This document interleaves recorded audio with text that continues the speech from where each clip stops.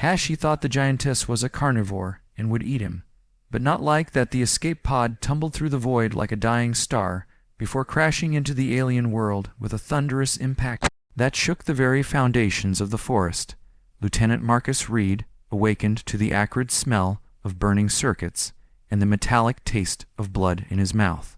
His head throbbed as he struggled to focus his vision through the cracked visor of his helmet. The emergency beacon flickered weakly in the corner of his peripheral vision before dying completely with a final electronic wheeze. Marcus forced himself upright despite his protesting ribs and surveyed the wreckage of his salvation-turned-prison. The pod had been designed for short-range evacuation from his destroyed cruiser, but now lay split open like a broken egg against the massive trunk of what appeared to be a tree, though it towered higher than any redwood he had ever seen. The alien forest stretched endlessly in all directions with vegetation that seemed to pulse with an otherworldly luminescence. Strange sounds echoed through the canopy above, creating a symphony of clicks, whistles, and deep resonant calls that spoke of life forms beyond his comprehension. His survival training kicked in as he methodically checked his equipment. The portable scanner was damaged beyond repair, but his sidearm remained functional along with 3 days' worth of emergency rations and a basic medical kit. The communication array had been completely destroyed in the crash, leaving him stranded on this unknown world with no way to contact the fleet. Marcus knew the odds of rescue were astronomical given that his ship had been deep in unexplored space when the attack occurred. The first priority was shelter, followed by water, and then a more thorough reconnaissance of his surroundings. He gathered what remained of his supplies and began searching for a defensible position. The alien forest felt alive around him, with every step producing new sounds and movements in the undergrowth. Massive insects with iridescent wings flitted between branches, while small creatures scurried through the fallen leaves that crunched underfoot with surprising familiarity despite their alien origin. As the twin suns began to set, casting long shadows through the forest, Marcus discovered what appeared to be a natural cave formation in a cluster of rocks. The entrance was partially concealed by hanging vines and offered good visibility of the surrounding area while providing protection from the elements. He carefully cleared the interior, checking for any signs of current habitation before setting up his meager camp.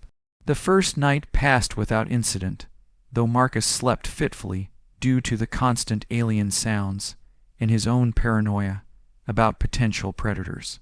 His dreams were filled with memories of the attack on his ship and the faces of his crewmates who had not made it to the escape pods in time. When morning arrived, he felt hollow and disconnected from reality, as if he were living in someone else's nightmare. The second day brought new challenges as Marcus ventured further from his shelter in search of water and food. His scanner had indicated the presence of a water source approximately 2 kilometers to the north, but the terrain proved more difficult to navigate than anticipated. The undergrowth was thick and tangled, while the ground was uneven and treacherous with hidden pitfalls and slippery moss-covered rocks. It was during this expedition that Marcus first encountered signs of intelligent life. Strange markings carved into the bark of trees caught his attention, along with what appeared to be cultivated patches of vegetation that showed clear signs of deliberate arrangement. The implications were both exciting and terrifying as he realized he was not alone on this world, and that whatever intelligence resided here was advanced enough to practice agriculture. His excitement turned to dread when he discovered the bones. They were scattered throughout a clearing in what appeared to be a deliberate pattern, though their origin was unclear. Some were clearly from large animals, while others seemed disturbingly humanoid in nature. The sight sent chills down his spine as he imagined the fate that might await him if he encountered the creatures responsible for this grisly display. Marcus retreated to his shelter with a growing sense of unease, and spent the remainder of the day reinforcing his defenses and planning possible escape routes. The forest seemed to watch him with invisible eyes, and every shadow held the potential for danger. He found himself jumping at every sound, and his hand never strayed far from his weapon as paranoia consumed his thoughts. The third day brought an end to his isolation in the most unexpected way possible. Marcus was attempting to repair his scanner when a shadow fell across the entrance to his cave. He looked up to see a figure silhouetted against the bright alien sky, and his blood ran cold as he realized the sheer size of the being before him. The creature stood at least 3 meters tall, with proportions that seemed generally humanoid, but scaled up to massive dimensions. She was undeniably female, despite her intimidating size, with long flowing hair that seemed to shimmer with an inner light, and features that would have been considered beautiful if not for the circumstances of their meeting. Her skin had a slight blue tinge that seemed natural rather than artificial, and her eyes were large and expressive with an intelligence that was immediately apparent. She wore what appeared to be a simple dress made from woven plant fibers that somehow managed to be both practical and elegant. Marcus fumbled for his weapon, but froze as their eyes met. There was something in her gaze that spoke of curiosity rather than hostility, though he remained ready to defend himself if necessary. The giantess tilted her head slightly, as if studying him, and made a soft sound that might have been an attempt at communication. Her voice was melodic despite its alien quality, and carried none of the threatening undertones he had expected. She took a step closer, and Marcus tensed, but did not retreat. His training had taught him that showing fear to a potential predator could trigger an attack, but he was also acutely aware that his weapon would be useless against something of her size and apparent strength. The giantess extended one massive hand toward him, with her palm open, in what appeared to be a gesture of peace, though Marcus remained skeptical of her intentions. When she spoke again, her voice carried what sounded like concern, and Marcus realized with growing amazement that she was trying to communicate with him. The sounds were clearly language, though completely foreign to his ears, and her body language suggested she was attempting to determine his condition rather than threaten him. This revelation challenged everything he had assumed about his situation, and forced him to reconsider his initial assessment of the danger he faced. The giantess crouched down to bring herself closer to his level, and Marcus found himself looking directly into her enormous eyes.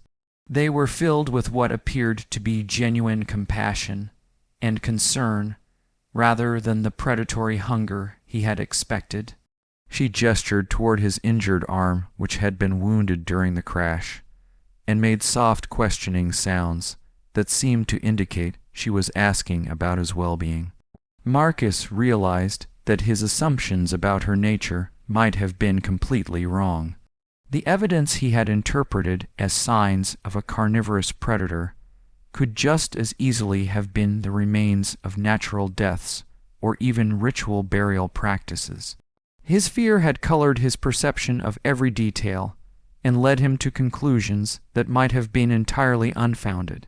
The giantess before him showed no signs of aggression or hunger, but rather seemed genuinely concerned for his welfare. She reached into a pouch at her side and withdrew what appeared to be some kind of plant material. Her movements were slow and deliberate, as if she were trying not to frighten him, and she held the substance out toward him while making encouraging sounds. Marcus recognized the gesture as an offer of food or medicine, and realized that she was trying to help him rather than harm him. The moment of recognition transformed his entire understanding of his situation.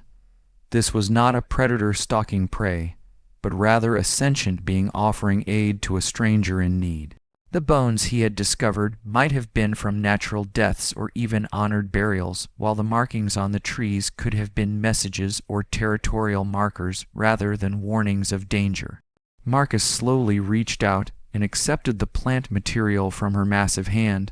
It had a pleasant herbal smell, and appeared to be some kind of healing compound based on her gestures toward his injuries.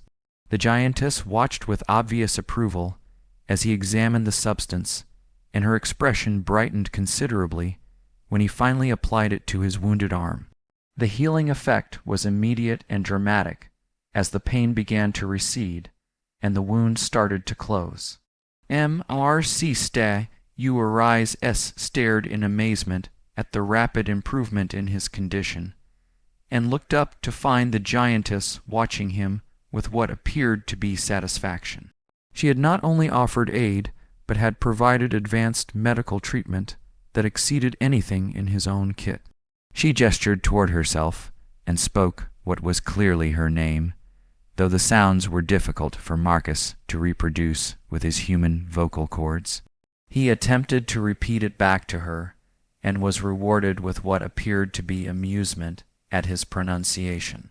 In return, he pointed to himself and clearly stated his own name, which she attempted to repeat with similar difficulty, but obvious effort. The exchange marked the beginning of a communication that transcended language barriers through gestures, expressions, and patient repetition. The giantess, whose name sounded something like Alara, proved to be not only intelligent, but also remarkably patient as she attempted to understand his situation. She examined the wreckage of his escape pod with obvious interest, and seemed to grasp that he was a traveler from somewhere beyond her world. Alara gestured for him to follow her, and after a moment of hesitation, Marcus complied. She led him through the forest along paths that were invisible to his eyes, but clearly familiar to her. The journey revealed a world of incredible beauty and complexity that his initial fear had prevented him from appreciating. Massive flowers bloomed in impossible colors, while creatures of ethereal beauty danced through the canopy above. They arrived at what appeared to be a settlement, though it was unlike anything Marcus had ever seen. The structures were grown rather than built with living trees, shaped and guided into architectural forms that seemed to blend seamlessly with the natural environment.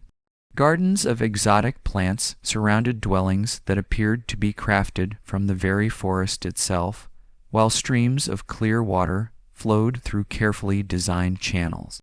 Other beings, similar to Alara, moved through the settlement, and Marcus realized he was witnessing an entire civilization of giants. They varied in size and appearance, but all shared the same basic humanoid structure, scaled up to impressive dimensions. Their reactions to his presence ranged from curiosity to concern, but none showed the hostility he had expected. Alara led him to what appeared to be her dwelling and gestured for him to enter. The interior was spacious and comfortable with furniture sized for her massive frame, but she had clearly made efforts to accommodate his smaller stature. A section of the floor had been covered with soft materials to create a sleeping area, while smaller containers held what appeared to be food and water suitable for his consumption. She showed him around her home with obvious pride, pointing out various items and attempting to explain their purpose through gestures and simple words. Marcus began to understand that she was not only offering him shelter, but was actively working to make him comfortable in her world. The level of consideration and care she demonstrated was both touching and surprising given their obvious differences. As the days passed, Marcus learned more about Alara and her people. They were herbivorous despite their impressive size and strength, living in harmony with their forest environment rather than dominating it. Their technology was bio-based, utilizing living systems rather than mechanical devices, and their society seemed to be built around principles of cooperation and mutual aid. The bones he had discovered were indeed from natural deaths and were part of a complex burial ritual that honored the deceased while returning their remains to the forest that had sustained them. The markings on trees were a form of communication that conveyed information about everything from weather patterns to the location of food sources. Alara proved to be not only kind, but also remarkably intelligent, with a quick grasp of concepts that allowed their communication to improve rapidly. She learned basic words in his language, while he struggled to master the tonal complexities of hers. Their conversations became more sophisticated as they developed a shared vocabulary, and Marcus began to understand the depth of her knowledge about her world. She was apparently some kind of botanist or healer within her community, with an extensive understanding of the medicinal properties of various plants and their applications. Her home was filled with carefully cultivated specimens that she used to create treatments for various ailments and injuries. The compound she had used to heal his wound was just one example of her expertise in biological medicine.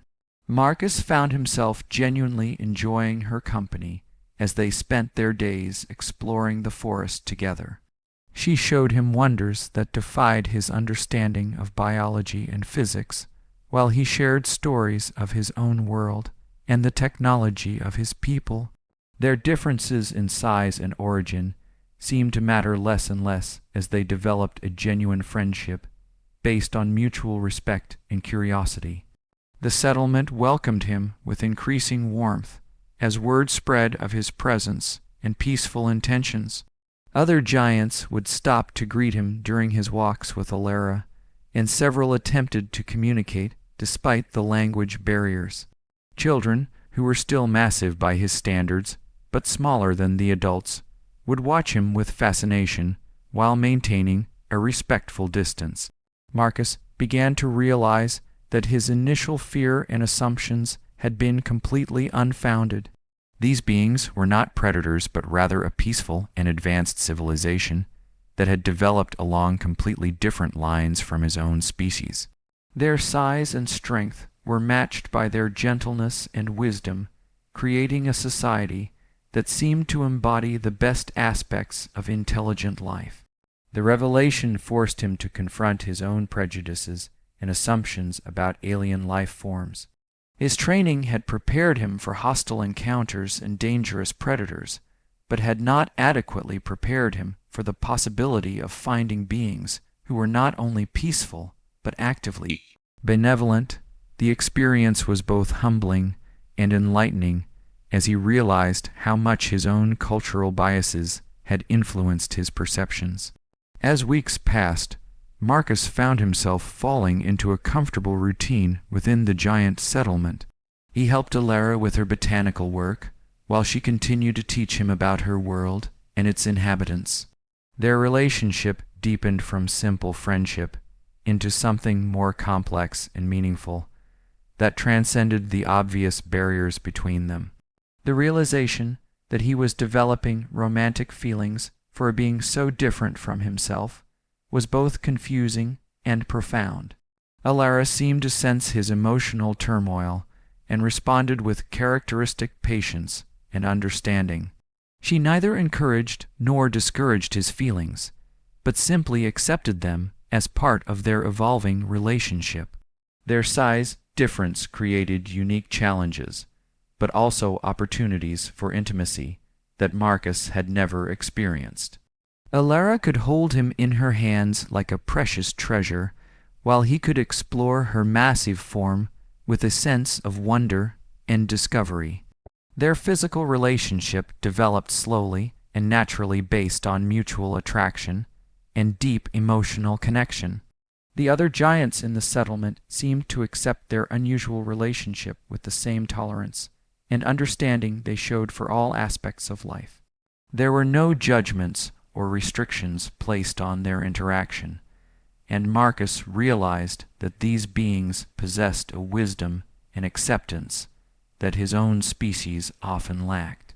He began to consider the possibility that he might choose to remain on this world permanently rather than seeking rescue.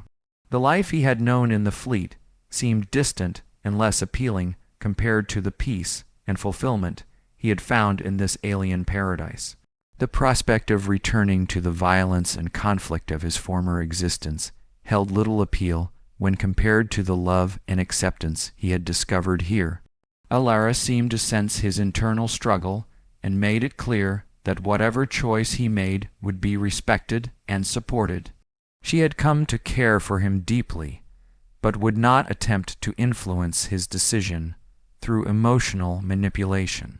Her selflessness and maturity only served to deepen his feelings for her and strengthen his resolve to build a life in this new world. The story of the human who had feared being eaten by a giantess but instead found love and acceptance became part of the settlement's oral tradition. Marcus learned that his experience was seen as a teaching moment about the dangers of prejudice and the importance of looking beyond surface appearances to discover the true nature of others. His relationship with Alara continued to evolve and deepen as they learned to navigate the challenges of their physical and cultural differences.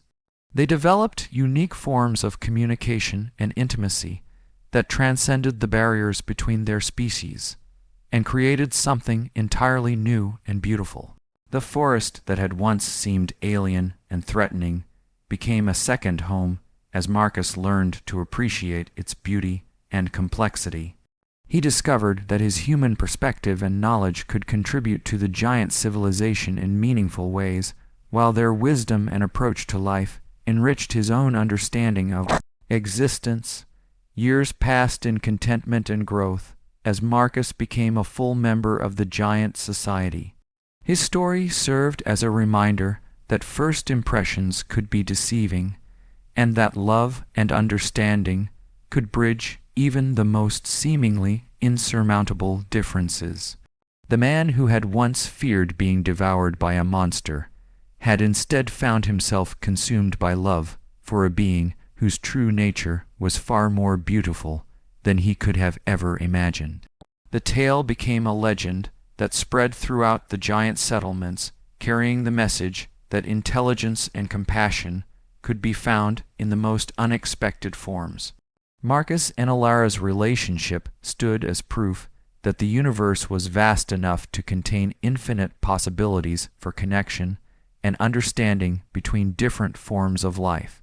In the end, Marcus realized that he had been partially correct in his original assessment. The giantess had indeed consumed him completely, but not in the way he had feared. She had devoured his loneliness, his prejudices, and his limited understanding of what was possible in the vast cosmos. In return, she had given him a love that was larger than life itself, and a home among the giants who had welcomed him with open arms and generous hearts.